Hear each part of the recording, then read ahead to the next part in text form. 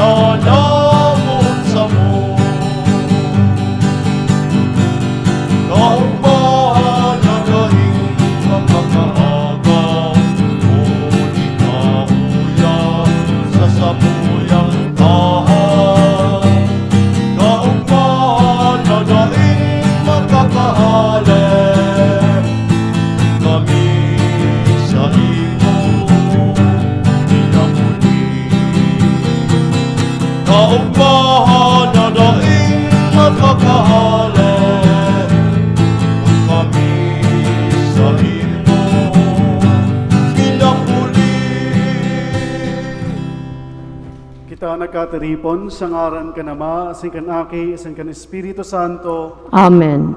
Ang grasya ni Yesu Kristo, ang kagurang nantan, pagkamot kan Diyos, asinan pakisumaro kan Espiritu Santo, mapa sa indo gabos. Asin sa imong espiritu. Mamibi kita, langit nun Ama, inapod mo kami bilang sa imong banwaan, asin kami sa imong tinipon, tangani na makisumaro sa imo, sa paagi kan sa imong aki. Bendisyoni asin pakabanalain ni mga Biblia na sa muyang gagamiton, sa pagpamibi bilang komunidad asin familia. Ipadara mo sa mo an sa imong espiritu, tanganing maghiya sa mo sa paginanyog asin pag-adal kan sa imong banal na tataramon. Pagkatapos na mahinanyog mini, lugod ini sa mong himation, isabuhay, asin ibalanghibog sa mong kapwa. Gibuha kami mga maimbod na instrumento sa pagpalakop kan sa imong tataramon, ini sa muyong hinahagad, huli kay Kristo na sa mong kagurangnan. Amen.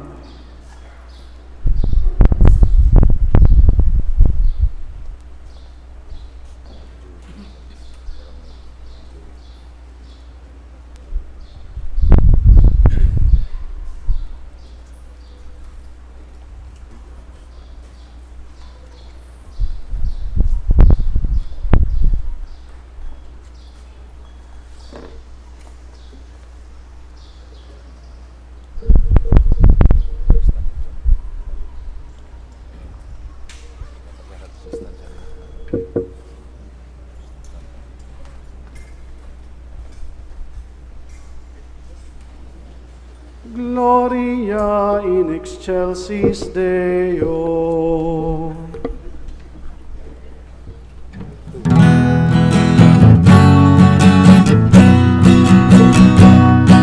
Purawayan sa Diyos sa kaitaasan, asin sa dagang katulinaman, sa mga tao marahay ang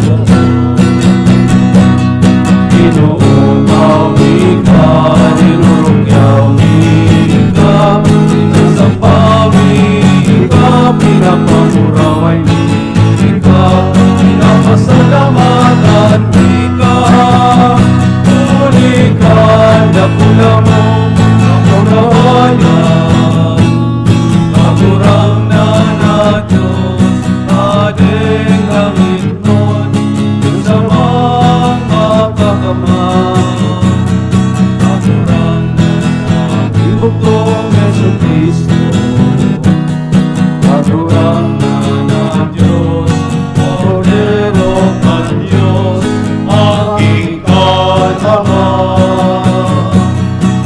Ikala ng kapara ng mga kasalan at kinaban, mahirati kami.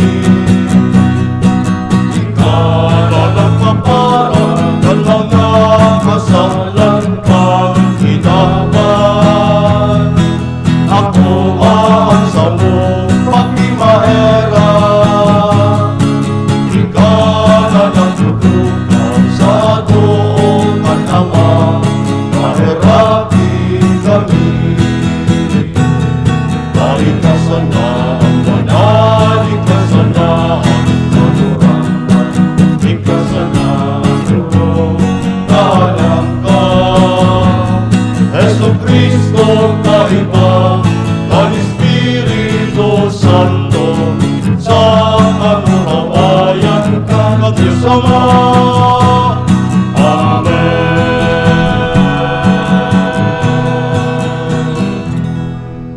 Mamibi kita.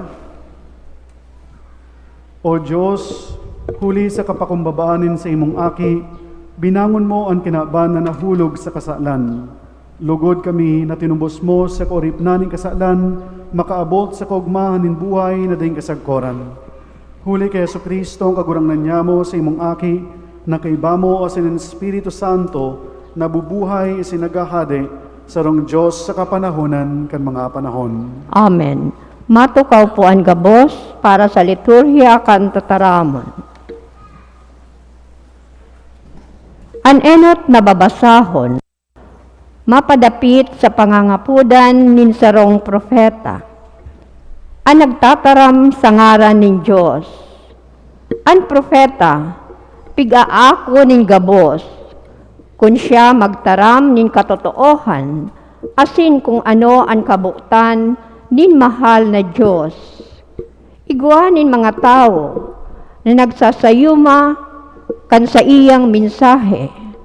Alagad ang tunay na propeta, dai natatakot, asin nagdadanay sa iyang katungdan.